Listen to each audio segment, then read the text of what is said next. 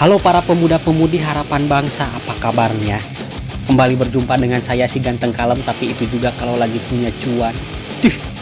Kali ini saya akan merangkum film perang berbau horor produksi 2018. Seperti biasa jangan banyak ngecoblak karena nanti malam saya mau ngurek. Mari kita saksikan. Berlatar tahun 1944. Satu hari sebelum D-Day, yaitu hari penyerangan tentara sekutu pimpinan Paman Sam ke wilayah Normandia, Prancis pada Perang Dunia Kedua, di mana pada malam hari sebelumnya, sekelompok pasukan lintas udara menjalankan misi penting menghancurkan menara pusat komando tentara Nazi. Namun untung tak dapat diraih, malang tak dapat ditolak. Setelah pesawat yang mereka tumpangi memasuki garis pertahanan musuh, dari darat mereka ditembaki peluru-peluru anti pesawat.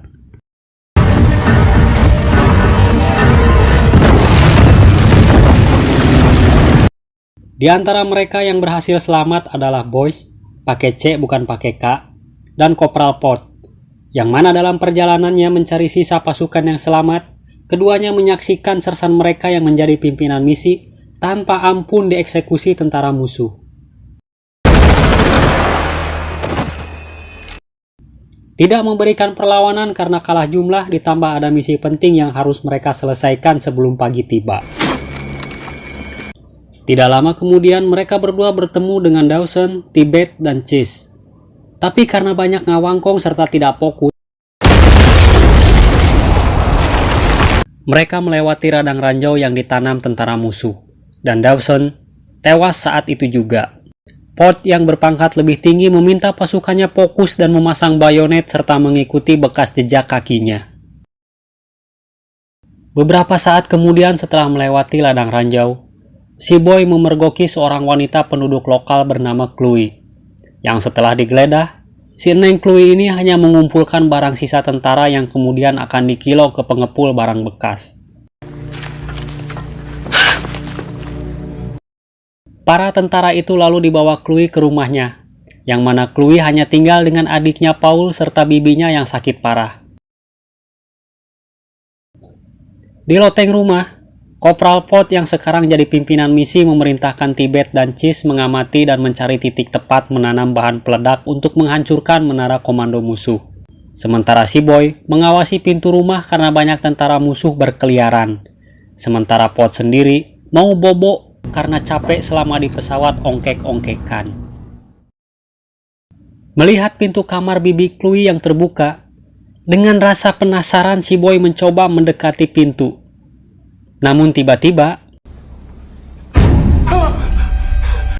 Chloe kemudian menjelaskan pada si Boy bahwa sebelum dibawa tentara Nazi ke bunker di bawah menara, bibinya sehat walafiat tanpa kurang satu apapun. Tapi setelah pulang, bibinya berubah drastis. Tidak mau makan, tidak mau minum, susah tidur, dan yang mengerikan, seluruh tubuhnya berubah jadi aneh. Saat si Boy sedang bertanya status Chloe yang masih gadis atau sudah janda, tiba-tiba patroli tentara Nazi datang menggedor pintu rumah Chloe yang dipimpin seorang kapten dan memeriksa isi rumah. Dan ketika akan memeriksa loteng, adiknya Chloe datang melempar bola. Untuk sementara, selamatlah si Boy dan Port. Si kapten yang tahu Chloe adalah kembang desa dan menjadi incaran kaum pakir asmara serta lelaki hidung polos, dengan pangkat dan kuasanya mencoba melakukan perbuatan tak senonoh pada Chloe. Tapi sebelum terjadi, si Boy dengan senapannya menodong kepala si kapten yang sedang engas. Aduh.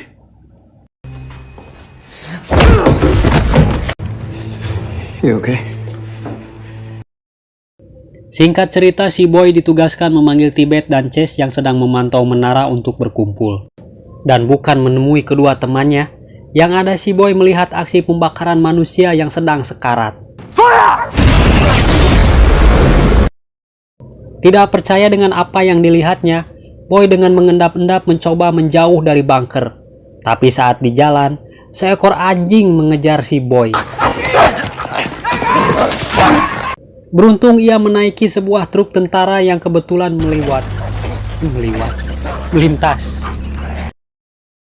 Tapi alangkah rewasnya si Boy, truk itu justru masuk ke dalam bunker di bawah menara.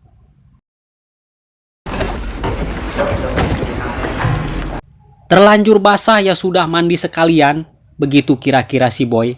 Kemudian menyusuri setiap lorong dalam bunker.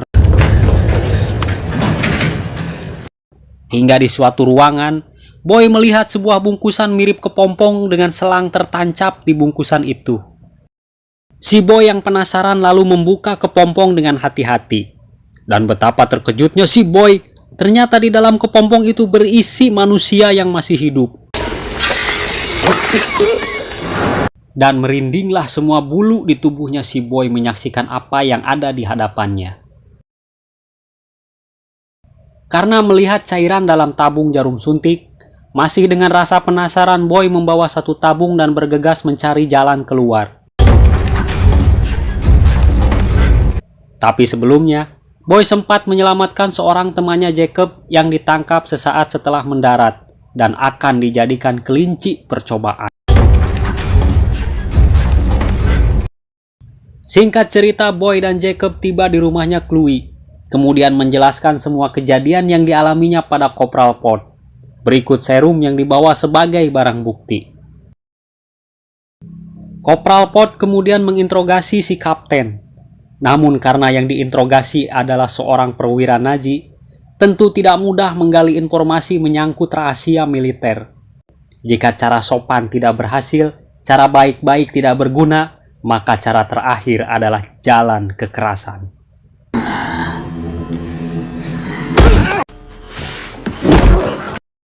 Beberapa saat kemudian setelah si kapten buka suara, maka diketahuilah fungsi dan manfaat serum tadi, yaitu menghidupkan prajurit yang tewas menjadi serdadu yang bisa dimanfaatkan ulang tanpa rasa takut dan tidak memiliki belas kasihan.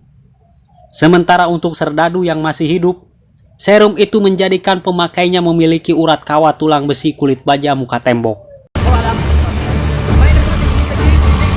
Setelah rapat darurat menyusun rencana selanjutnya, Chase diperintahkan membawa si kapten yang saat ini sedang di Barengkos.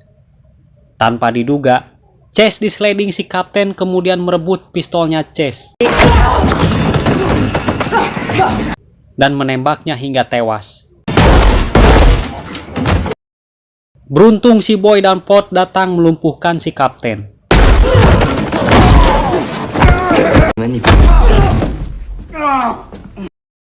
Si Boy yang sempat melihat serum itu digunakan menghidupkan lagi orang mati saat di bunker, kemudian menyuntikkan serum tadi tepat ke jantungnya Chase.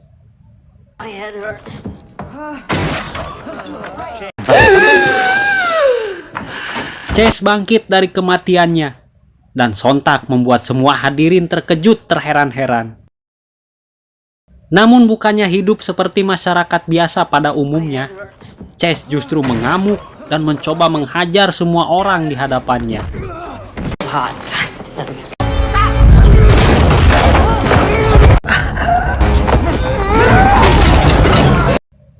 Hingga akhirnya, Pod memberondong Chase tanpa ampun. Si kapten dengan muka babak belur kemudian berkata bahwa serumnya masih dalam tahap uji coba. Dan jika disuntikan pada orang yang tidak cocok, maka hasilnya akan seperti Chase dan atau bibinya. Tiba-tiba Chase bangkit dari kematian kedua kalinya. Tapi Boy dengan cepat menghantam bebenul Chase dan meremukkan kepalanya seperti sambal ulek.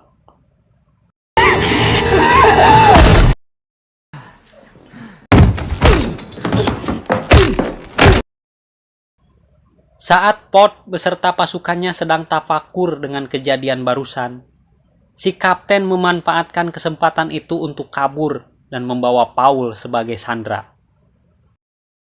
Yang ternyata, di luar rumah sudah berkumpul sepasukan tentara Nazi dan terjadilah baku tembak antara kedua tentara beda negara.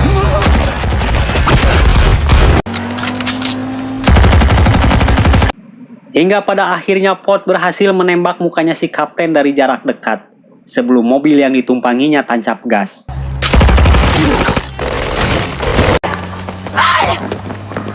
Terjadi perselisihan antara Pot dan Boy, yang mana saat itu Pot ingin meledakkan menara saat ini juga, karena waktu hampir habis. Sementara Boy kekeh menyelamatkan Paul lebih dulu karena ia tahu jalan masuk aman menuju menara dan meledakkannya dari dalam. Beruntung area omong itu tidak berlangsung lama, karena Tibet berkata bahwa jika misi berhasil, bonusnya jadi double. Paul selamat dan menara hancur. Sementara itu di bunker, si kapten yang mukanya makin glowing, dengan terburu-buru menyuntikkan serum ke tubuhnya, sempat dilarang oleh ilmuwan karena belum stabil. Bukannya menurut, malah menyuntikkan 2 dosis sekaligus. Alhasil, tubuhnya langsung gagah perkasa walau muka bekas peluru jadi mirip Two-Face di filmnya Batman. Di lain tempat, Pot bersama pasukannya mulai menyusun rencana dan berbagi tugas. Yang rencana awalnya, Chloe si kembang desa akan memancing seorang komandan tentara Nazi mengejar dirinya.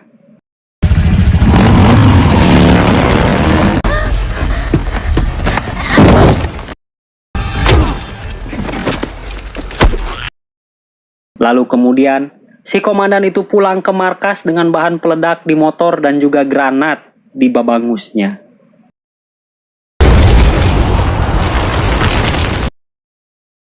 Tibet dan Jacob yang sudah standby akan membuat sibuk seluruh tentara di depan mulut bunker. Singkat cerita, di dalam bunker, Chloe memisahkan diri mencari Paul. Sempat bertanya pada 2 orang tentara yang ditodong pistol. Chloe malah diejek seorang tentara.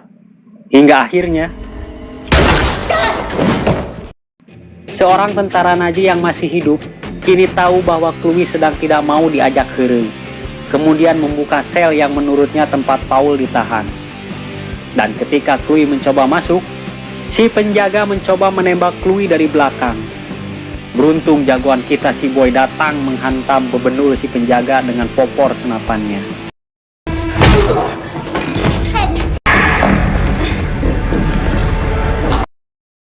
Kemudian si tentara Nazi yang sedang ngagoler digusur masuk ke dalam sel oleh sosok makhluk yang tidak diketahui jenisnya. Boy dan Chloe lalu bergegas mencari Paul yang saat itu diikat di sebuah meja berdampingan dengan mayat seorang serdadu. Singkat cerita, Boy menyuruh Chloe untuk keluar karena dirinya masih akan menanam bahan peledak. Tapi saat Chloe dan Paul sudah berada di gorong-gorong, tiba-tiba Chloe ditarik dan dilempar makhluk yang tadi mencapluk si penjaga. Tidak puas membanting Chloe, makhluk yang kemudian kita sebut saja namanya zombie, mencoba menghakkan Chloe mentah-mentah. Namun Chloe dengan pistolnya menembak kepala si ujang zombie. Bukannya mati, si ujang zombie justru bangkit dan kini mengejar Chloe hingga keluar bunker.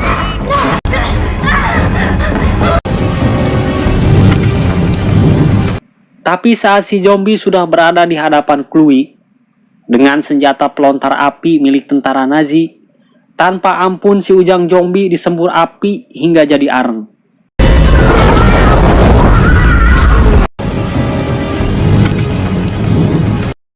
Di lain tempat, Tibet dan Jacob yang berhasil menarik semua pasukan penjaga harus bersusah payah menghindari desingan peluru. Kembali ke si Boy yang sedang memasang bahan peledak, tiba-tiba ditodong pistol oleh ilmuwan Nazi. Tapi bukan Boy namanya jika tidak mampu melawan. Dan dengan keahlian militernya, si ilmuwan tewas setelah ditusuk pisau bedahnya si ilmuwan itu sendiri. Hakan. Di scene yang berbeda, setelah menikam petugas radio, Kopral Pot kemudian memasang bahan peledak. Pot dibanting si kapten yang kini memiliki kekuatan setara Kapten Amerika. Si kapten yang dendam karena wajah gantengnya kini mirip Two-Face, menggantung Kopral Pot dengan kail daging. Boy yang terlambat datang lalu menembak si kapten. Dan bukannya modar, si kapten malah melempar si Boy bagai melempar botol kosong. Si kapten kemudian membangkitkan semua zombie-zombie hasil eksperimennya. Kopral Pot yang berhasil lepas dari Kyle lalu menyuntikkan serum ke tubuhnya.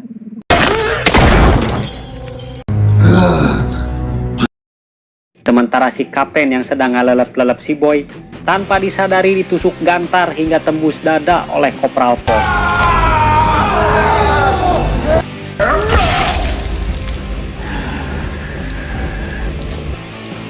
Lagi-lagi bukannya modar, si kapten malah menghajar Pot hingga tuala kaya.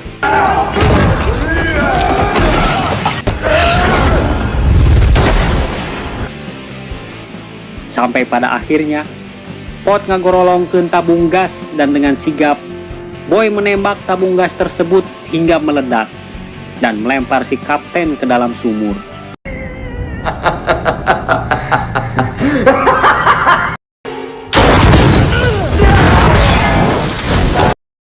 Kembali ke Tibet dan Jacob yang sedang jual beli tembakan melawan tentara Nazi. Di tengah pertempuran muncullah Paul dan dengan polosnya mencari kakaknya Chloe. Tibet yang dengan sigap menggendong dan membawa Paul ke tempat aman, harus rela bahunya dicium peluru panas.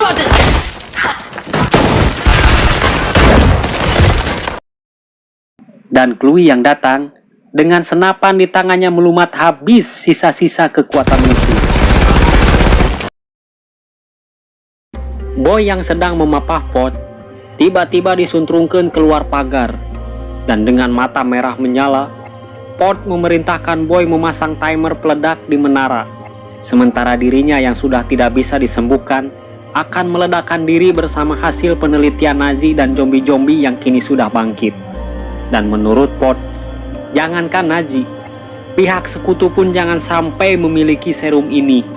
Dan dengan keberaniannya, Pot benar-benar membuktikan ucapannya.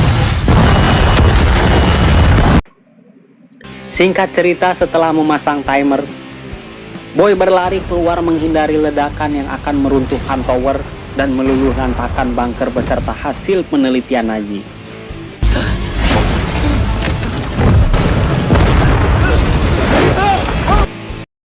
Dan misi pun sukses. Pelajaran yang harus diambil dari film ini adalah jangan ada perang di antara kita. Mending damai-damai aja, hidup rukun-rukun aja. Itu saja alur cerita film kali ini. Gak bosan-bosan saya bilang untuk like, subscribe, tetap sehat, semoga terhibur, dan sampai jumpa.